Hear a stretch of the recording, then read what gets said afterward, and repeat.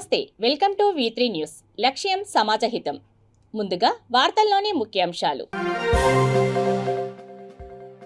రైతు బంధు ఆగదు, మీటర్లు పెట్టనివ్వను. మునుగోడు భారీ బహిరంగ సభలో సీఎం కేసీఆర్.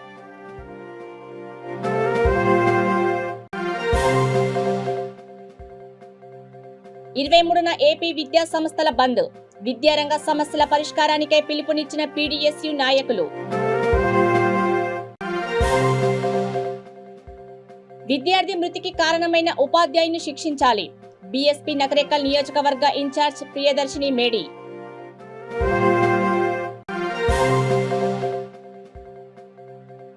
గోదావరి కనిలో సింగరేణి కార్మికుడి దారుణ హత్య.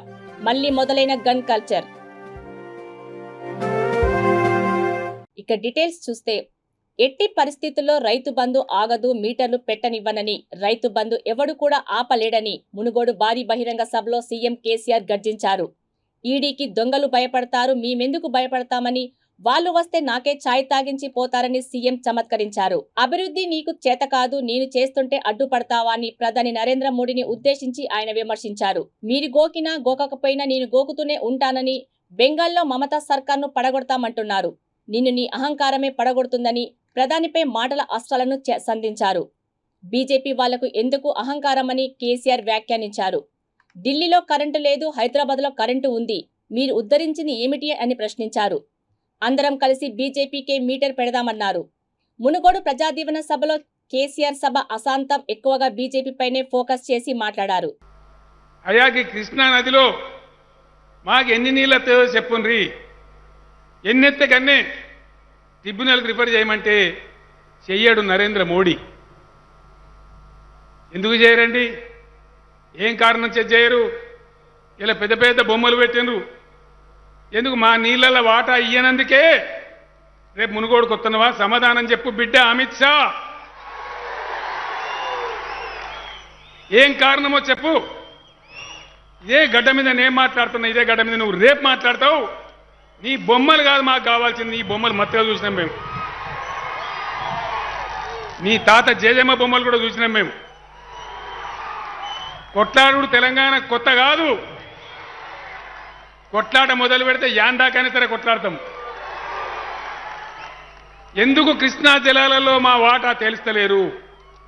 8 ఏండ్ల మొన్న 15 ఆగస్టు నాడు ప్రధానమంత్రి మాట్లాడితే మైకులు వలిగిపోయినాయి. ఒక్క మంచి మాట అని ఉన్నదా? ఏ కారణం చేత తేల్చారు? మా వాటా వస్తే చకచక తెచ్చుకుంటాం. తేలిన కాడ గోదావరిలో నీళ్ళు తెచ్చుకున్నాం. నీళ్లు లేక కరువు పాలైనటువంటి తుంగతుర్తి, కోదాడ, సూర్యాపేట బ్రహ్మాండంగా గోదావరి నీళ్లు వారి లక్షల టన్నుల ధాన్యం పండించుకుంటా ఉన్నాం. బస్వాపురం ప్రాజెక్ట్ కంప్లీట్ అయిపోయింది. ఇలా ఆలేరు, భువనగిరి, రామన్నపేట ప్రాంతాలకు కూడా నీళ్లు రాబోతా ఉన్నాయి ఈ వర్షాకాలం తర్వాత. ఇక్కడ కూడా రావాలని చెప్పి పనులు మొదలు పెట్టుకుంటే ఎందుకు అడ్డం పెడుతున్నారని నేను అడుగుతా ఉన్నా. ఇంత పెద్ద పెద్ద మాటలు మాట్లాడే రాజగోపాల్ రెడ్డో, ఇక్కడి నుంచి ఉన్న కేంద్ర మంత్రో, ఇక్కడి నుంచి ఉన్న ఇంకెవడన్నా పెద్ద మనిషో ఢిల్లీకి పోయి మా నీళ్ల సంగతి ఏంది, మా కృష్ణా జలాల వాటర్ సంగతి ఏంది, మా శివన్నగూడెం ప్రాజెక్టు మేము ఎన్నో నింపుకోవాలి అని అడగరట. కానీ రేపు డోల్ బాజాలు పట్టుకొని అమిత్ షాను దోలుకొని ఇటు కొత్తారట. ఎవరికి కావాలి నీ డోలు, బాజా, భజంత్రి, నీ పెద్ద పెద్ద బొమ్మలు? మునుగోడు చైతన్యం ఉన్న గడ్డ. బాపట్ల విద్యారంగ సమస్యల పరిష్కారానికే ఆగస్టు 23న జరిగే రాష్ట్ర వ్యాప్త విద్యా సంస్థల బంద్ను జయప్రదం చేయాలని పిలుపునిస్తూ పీడీఎస్యూ రాష్ట్ర అధ్యక్షులు గణిరాజు స్థానిక డ్రైవర్స్ కాలనీలో బంద్ వాల్ పోస్టర్ను ఆవిష్కరించారు. ఈ కార్యక్రమంలో పీడీఎస్యూ జిల్లా ప్రధాన కార్యదర్శి పి ప్రసన్న, జిల్లా సహాయ కార్యదర్శి ఎం సాహితి తదితరులు పాల్గొన్నారు. ఆగస్టు 23న జరుగు రాష్ట్ర వ్యాప్త విద్యా సంస్థల బంద్ను భర్తీ చేయాలి. ఖాళీగా ఉన్న టీచర్ పోస్టులను పరిష్కరించాలి. విద్యార్థుల సమస్యలను ఇవ్వాలి. విద్యార్థులందరికీ అమ్మఒడిని రద్దు చేయాలి. 77 జీవోను రద్దు చేయాలి. 117 జీవోను పరిష్కరించాలి. విద్యార్థుల సమస్యల్ని భర్తీ చేయాలి. ఖాళీగా ఉన్న 30,000 టీచర్ పోస్టులను జిందాబాద్ జిందాబాద్ జిందాబాద్ జిందాబాద్ జిందాబాద్ జయప్రదం చేయండి. ఈ నెల 23 జరుగు రాష్ట్ర వ్యాప్త విద్యా సంస్థల బంద్ను ప్రియమైన మిత్రులారా, ఈ నెల 23వ తేదీన రాష్ట్ర వ్యాప్తంగా విద్యారంగ సమస్యల పరిష్కారం కోరుతూ పీడిఎస్యు, ఎస్ఎఫ్ఐ, ఏఎస్ఎఫ్, పీడిఎస్ఓ విద్యార్థి సంఘాల ఆధ్వర్యంలో రాష్ట్ర వ్యాప్తంగా విద్యా సంస్థల బంద్ను నిర్వహించబోతా ఉన్నాం. ఈ బంద్ను జయప్రదం చేయాలని ప్రభుత్వ, ప్రైవేటు, ఎయిడెడ్, కార్పొరేట్ విద్యా సంస్థలన్నింటినీ కూడా మేము విజ్ఞప్తి చేస్తూ ఉన్నాం. అలాగే ఈ బంద్లో విద్యార్థులందరూ కూడా వేలాదిగా పాల్గొని జయప్రదం చేయాలని పిలుపునిస్తూ ఉన్నాం. ఎందుకంటే కేంద్ర రాష్ట్ర ప్రభుత్వాలు ఈరోజు విద్యారంగాన్ని తీవ్రమైనటువంటి సంక్షోభంలోకి నెడతా ఉన్నాయి. ముఖ్యంగా మోదీ ప్రభుత్వం తెచ్చినటువంటి నూతన జాతీయ విద్యా విధానం ఈరోజు విద్యారంగాన్ని కాషాయీకరణ, కార్పొరేటీకరణ, కేంద్రీకరణ చేస్తూ ఉంది. అలాగే మొత్తం విద్యారంగంలో ఉన్నటువంటి రిజర్వేషన్లు కూడా ఈరోజు లేకుండా చేసేటువంటి ఒక దుర్మార్గమైనటువంటి వైఖరి ఈ నూతన జాతీయ విద్యా విధానం ఉంది. కనుక ఈ నూతన జాతీయ విద్యా విధానాన్ని రద్దు చేయాలని పీడిఎస్ పెద్ద ఎత్తున డిమాండ్ చేస్తూ ఉంది, ఆందోళన చేస్తూ ఉంది. ఆ క్రమంలో చూసుకున్నప్పుడు దేశవ్యాప్తంగా ఈ నూతన జాతీయ విద్యా విధానాన్ని ఎక్కడ అమలు చేయకపోయినా కానీ ఈ రాష్ట్రంలో ఉన్నటువంటి జగన్మోహన్ రెడ్డి ప్రభుత్వం అమలు చేస్తూ ఉంది. అమలు చేసి ఈరోజు రాష్ట్ర వ్యాప్తంగా పాఠశాలని ఆరు రకాలైన పాఠశాలగా మార్చివేసింది. ఇప్పటికే 3, 4, 5 తరగతుల్ని హై స్కూల్స్లో విలీనం చేస్తూ ఈరోజు 84, 85 లాంటి జీవోలు తీసుకొచ్చింది. అంతేకాకుండా ఈ టీచర్ పోస్టుల్ని కుదించడం కోసం 117 లాంటి జీవోలు కూడా తీసుకొచ్చింది. మొత్తంగా ప్రాథమిక విద్యారంగాన్ని ఈరోజు నిర్వీర్యం చేసినటువంటి కుట్ర ఈరోజు జగన్మోహన్ రెడ్డి ప్రభుత్వం చేస్తూ ఉంది. ముఖ్యంగా ఈ ప్రభుత్వం ఏదైతే హామీని ఇచ్చిందో ఈరోజు విద్యారంగాన్ని అభివృద్ధి చేస్తామని, ఖాళీగా ఉన్నటువంటి టీచర్ పోస్టులు భర్తీ చేస్తామని, కేజీ నుంచి పీజీ వరకు ఉచితంగా విద్య అందిస్తామని ఏదైతే హామీ ఇచ్చిందో ఈ హామీని ఈరోజు ఈ ప్రభుత్వం తొంగలో తొక్కినటువంటి పరిస్థితి ఉంది. ఇప్పటికే నాడు నేడు పేరుతోటి 2 విడతలుగా దాదాపు వేల కోట్ల రూపాయలు ఖర్చు చేస్తూ ఈరోజు పాఠశాలని మరి మూత వేసినటువంటి ఒక వైఖరిని ఈరోజు ప్రభుత్వం తీసుకొస్తాం. రాజస్థాన్ రాష్ట్రంలో దళిత విద్యార్థి మరణానికి కారణమైన ఉపాధ్యాయుని కఠినంగా శిక్షించాలని బీఎస్పీ నకరేకల్ నియోజకవర్గ ఇన్ఛార్జ్ ప్రియదర్శిని మేడి అన్నారు. విద్యార్థి మృతిని ఖండిస్తూ నకరేకల్ పట్టణ కేంద్రంలో క్యాండిల్ ర్యాలీ నిర్వహించారు. అనంతరం ప్రియదర్శిని మేడి మాట్లాడుతూ భారతీయ విద్యా వ్యవస్థలో కుల మతాల వివక్షకు చోటు లేదని, ప్రభుత్వాలకి ఈ విద్యార్థి మరణం ఒక చెంపపెట్టని అన్నారు. ఆధిపత్య కులానికి చెందిన ఉపాధ్యాయుడు తనకు కేటాయించిన కుండలోని నీళ్లు తాగినందుకు దళిత వర్గానికి చెందిన విద్యార్థి ఇంద్రకుమార్ మేఘ్వాల్ని విచక్షణారహితంగా కొట్టడంతో మరణించడం బాధాకరమని ఆయన ఆవేదన వ్యక్తం చేశారు. ఫాస్ట్ ట్రాక్ కోర్టు ఏర్పాటు చేసి కుటుంబానికి న్యాయం చేయాలని కోరారు. పాఠశాలల్లో కుల వ్యవస్థ నిర్మూలనకు ప్రతి ఒక్కరూ కృషి చేయాలని మేడి పిలుపునిచ్చారు.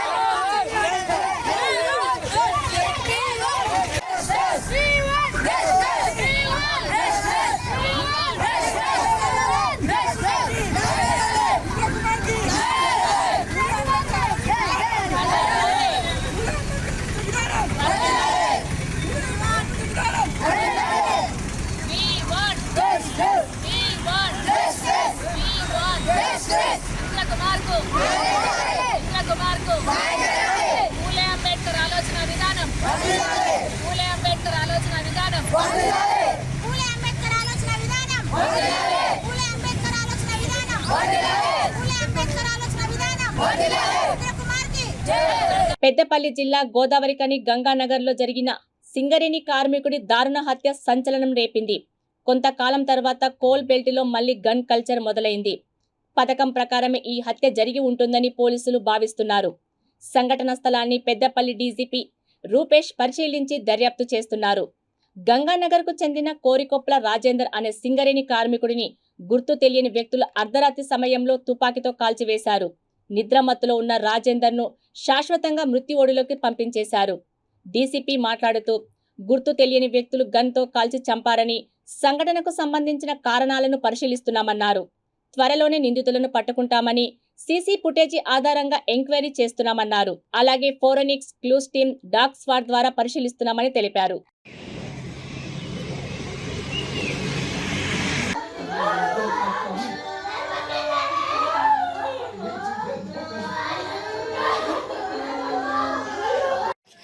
గోదావరికని 1 టౌన్ పిఎస్ లిమిట్స్లో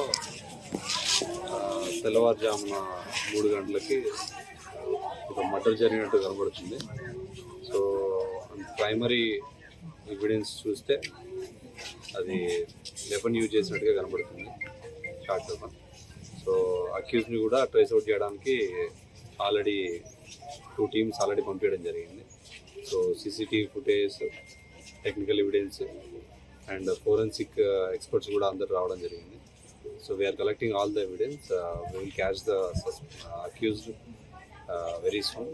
అండ్ ఇంకా ఎవరికైనా ఇన్ఫర్మేషన్ ఉన్నా కూడా పోలీస్ వాళ్ళకి ఇవ్వాల్సిందే చేస్తారు. అది లైసెన్స్డా లేకుంటే దేశీ కట్టా వెపన్ అనేది ఫోరెన్సిక్ వాళ్ళు డిసైడ్ చేస్తారు. So till that time we cannot say shape of weapon. But photos అక్కడ ఉన్న ఎవిడెన్స్ బట్టి చూస్తే అది వెపన్ యూజ్ చేసినట్లే కనబడుతుంది. శ్రావణ మాసాన్ని పురస్కరించుకొని మద్దూరు గ్రామంలోని శ్రీ ఆంజనేయ స్వామి ఉత్సవాలను వైభవంగా నిర్వహించారు. గ్రామస్తులు అభిషేక కార్యక్రమాలు నిర్వహించారు. మహిళా కళాకారులు కోలాటమాడారు.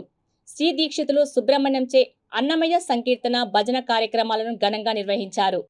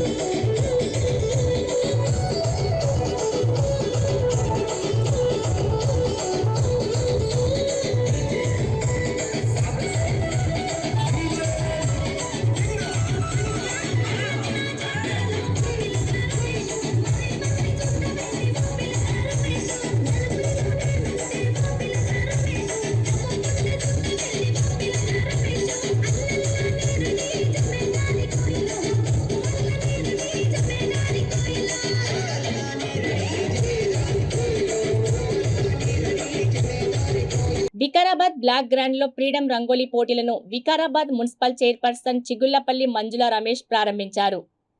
75 ఏళ్ల స్వతంత్ర భారత వజ్రోత్సవ వేడుకలను అధికారికంగా ప్రకటించడం చాలా సంతోషంగా ఉందన్నారు. ఫ్రీడమ్ రంగోలీలో వికారాబాద్ పట్టణానికి చెందిన అంగన్వాడీ టీచర్లు, మున్సిపల్ మెప్మా, సెర్ప్ సిబ్బంది, ఆర్డీఓ సిబ్బంది ముగ్గుల పోటీలలో పాల్గొన్నారు.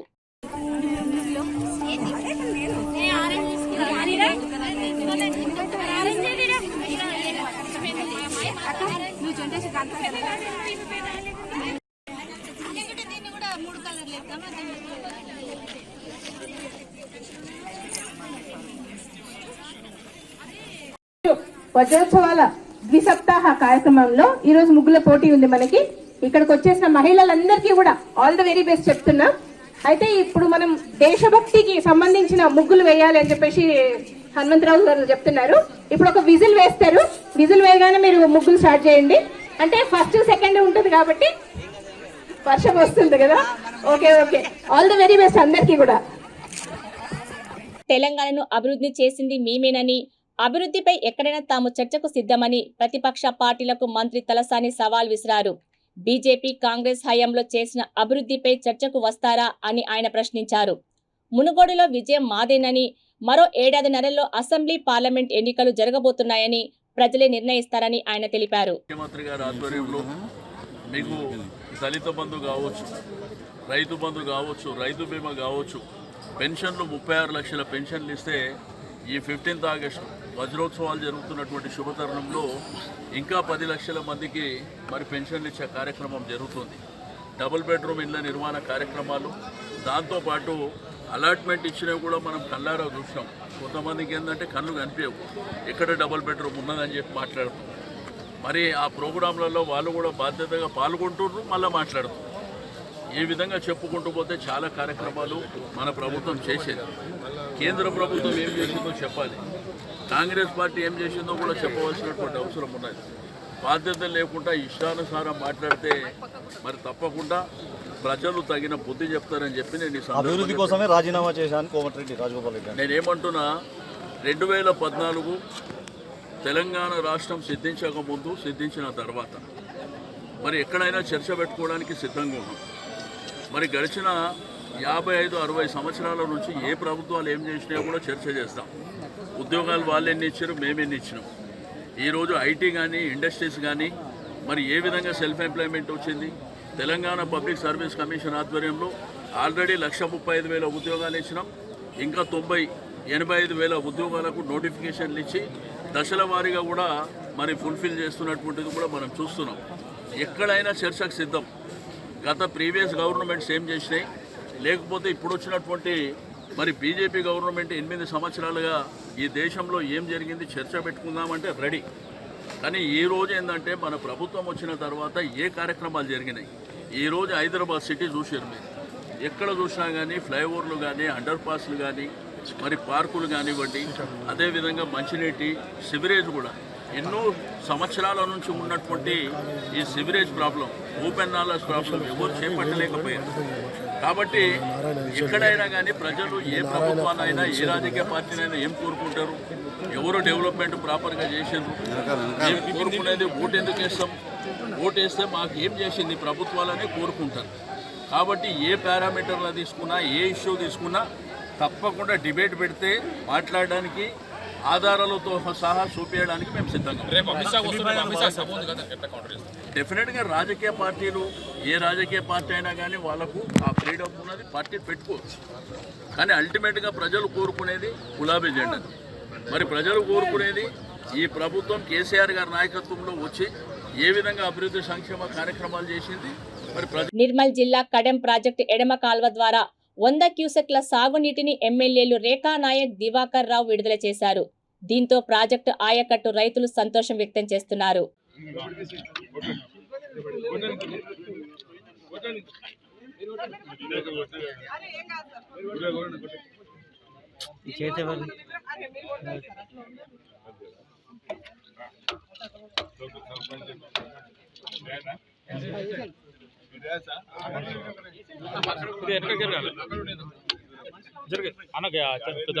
సార్ కొంచెం వెనక బ్యాక్ చేయండి సార్. మహేశ్వరం నియోజకవర్గం బడంగ్పేట్ మున్సిపల్ కార్పొరేషన్ పరిధిలోని చౌరస్తాలో రాజీవ్ గాంధీ చిత్రపటానికి ఘన నివాళులు అర్పించారు. కార్యక్రమంలో రంగారెడ్డి జిల్లా కాంగ్రెస్ కమిటీ అధ్యక్షుడు చెల్లా నరసింహారెడ్డి, కార్పొరేషన్ మేయర్ చిగురింత పారిజాత నరసింహారెడ్డి హాజరయ్యారు. అనంతరం వారు మాట్లాడుతూ 40 ఏళ్ల వయసులోనే ఆయన ప్రధానమంత్రిగా దేశానికి ఎనలేని సేవలు అందించి ఐటీ రంగాన్ని తీసుకువచ్చి దేశానికే పురోగతి తెచ్చి యువకులకు ఆదర్శంగా నిలిచారని తెలిపారు. ఈ కార్యక్రమంలో టీపీసీసీ కార్యదర్శి అమరేందర్ రెడ్డి, వంగేటి ప్రభాకర్ రెడ్డి, కార్పొరేటర్లు, పార్టీ నాయకులు, కార్యకర్తలు పాల్గొన్నారు. राजीव गांधी राजीव गांधी अमर है राजीव गांधी अमर है 78 రాజీవ్ గాంధీ జయంతి సందర్భంగా బడంగ్పేట్ కార్పొరేషన్ అధ్యక్షులు ఆధ్వర్యంలో వెంకటరెడ్డి మరియు పిసిసి సెక్రటరీ అమరేందర్ రెడ్డి గారు, సభ్యులకు అందరికీ, కాంగ్రెస్ సోదరులకు అందరూ కూడా రాజీవ్ గాంధీ జయంతి సందర్భంగా శుభాకాంక్షలు తెలియజేస్తూ, ఈ 75 సంవత్సరాల రాజీవ్ గాంధీ గారు మన మధ్యలో లేకుండా రాజీవ్ గాంధీ గారు చేసిన అభివృద్ధి సంక్షేమ ఫలాలు ఇలా భారతదేశంలో ప్రతి మారుమూల గ్రామాల వరకు కూడా చేరవేరడం జరిగింది.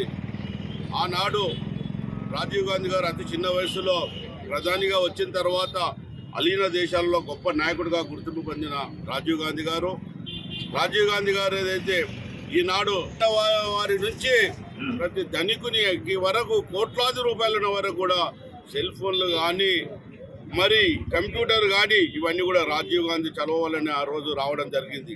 అంతేకాకుండా ఈ భారతదేశం అభివృద్ధి చెందాలి, సంక్షేమ ఫలాలు ఇవ్వాలంటే యువతనే ప్రాముఖ్యత అని చెప్పి 18 సంవత్సరాలకే ఓటకు ఇవ్వడం జరిగింది.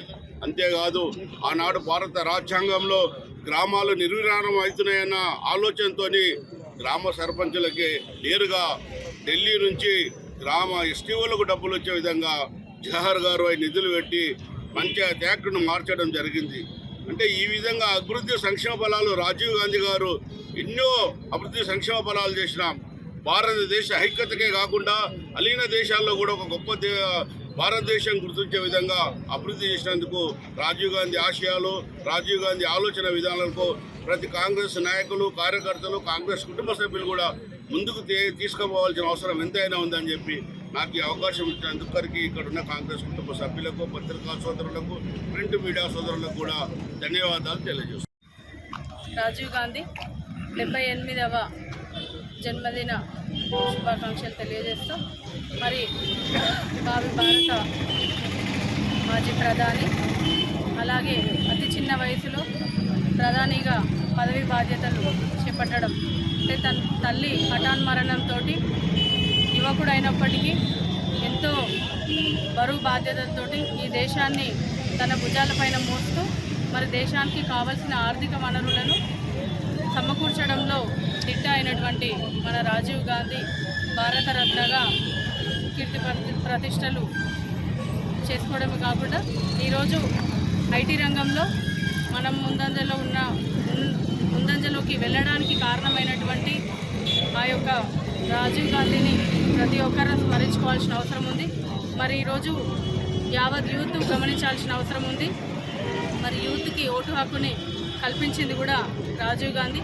యువత ఆధ్వర్యంలో, యువత మార్గదర్శకంలో మరి దేశాన్ని ముందుకు నడిపించాలనే ఒక సంకల్పంతో ఆయన చేసిన సంస్కరణలన్నిటిని కూడా ఈరోజు మనం గుర్తు చేసుకుంటూ ప్రతి ఒక్కరము రాజీవ్ గాంధీ ఆశయాలకి పునాది వేసినటువంటి వారిని మరవకుండా వారి ఆశయాలను ముందు తీసుకెళ్లాలని ప్రతి ఒక్కరిని కోరుకుంటూ మరి పెద్దబావి వెంకట ఆధ్వర్యంలో జరిగినటువంటి ఈ జయంతి కార్యక్రమాలకు మరి అంతేకాకుండా వచ్చినందుకు ప్రతి ఒక్కరికి ధన్యవాదాలు. కరోనా సమయంలో తలసేమియా వ్యాధితో బాధపడుతున్న పేషెంట్లకు తన పుట్టినరోజును పురస్కరించుకొని రక్తదాన కార్యక్రమాలు నిర్వహించినందుకు గాను పరకాల ఎమ్మెల్యే చల్లా ధర్మారెడ్డి ఉత్తమ సేవ అవార్డును అందుకున్నారు.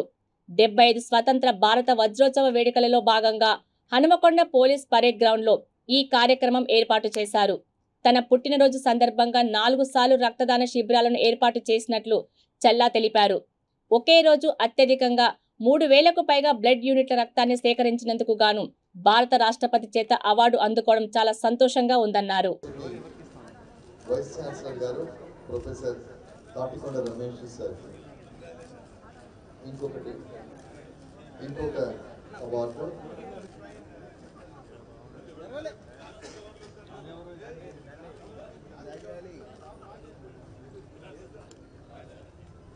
హైయెస్ట్ బ్లడ్ డోనర్గా సర్టిఫికేట్ తీసుకున్నటువంటి ఉత్తమ ఎమ్మెల్యే పురస్కారం వచ్చింది సార్ మీకు. దాని మీద మీకు ఎలా అనిపిస్తుంది? నిజంగా మా పరకాల నియోజకవర్గ ప్రజలు నాకు అదృష్టంగా భావిస్తూ ఉన్నా. నేను ఎమ్మెల్యే అయిన తర్వాత ప్రేమాభిమానాలు నియోజకవర్గ ప్రజలు పెంచుకున్నారు. నా బర్త్డే రోజు ఇప్పటికీ 4 సార్లు ఇచ్చారు. 4 సార్లు కూడా అవార్డు రావడం జరిగింది. రాష్ట్రపతి తోటి 3 సార్లు తీసుకోవడం జరిగింది. మొన్న జిల్లాలో తీసుకోవడం జరిగింది. మొన్న కూడా రాష్ట్రపతి అవార్డు వారే ఇచ్చారు. నా రోజు అనుకోకుండా మేము వెళ్ళలేకపోయాం. మొన్న ఇచ్చారు. చాలా సంతోషం.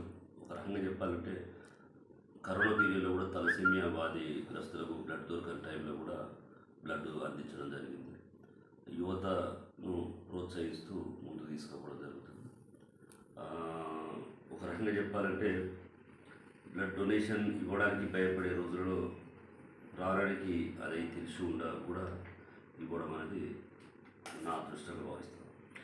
సార్, పరకాల నియోజకవర్గ ప్రజలు మీరు మంత్రి అయితే బాగుండదని అనుకుంటున్నారు, దాని మీద మీ అభిప్రాయం? నాకు అట్లాంటి ఆలోచన లేదండి. ఈ విధంగా సేవ చేస్తారు, దాంట్లో నా నియోజకవర్గ ప్రజలకు చేయాలనే ఆలోచన తప్ప నాకు వేరే ఏం ఆలోచన లేదు.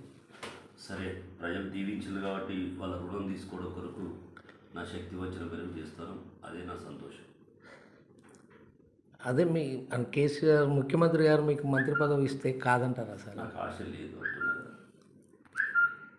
వార్తలు ముగించే ముందు ముఖ్యాంశాలు మరోసారి.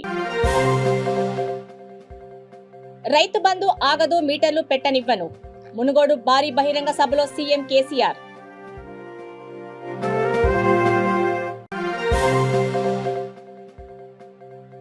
ఇరవై 23న ఏపీ విద్యా సంస్థల బంద్. విద్యారంగ సమస్యల పరిష్కారానికై పిలుపునిచ్చిన పీడీఎస్యు నాయకులు.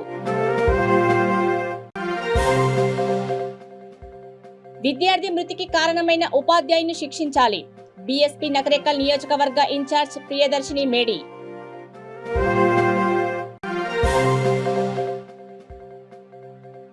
గోదావరి కనిలో సింగరేణి కార్మికుడి దారుణ హత్య. మళ్లీ మొదలైన గన్ కల్చర్. చూస్తూనే ఉండండి V3 న్యూస్. లక్ష్యం సమాజహితం. నమస్తే.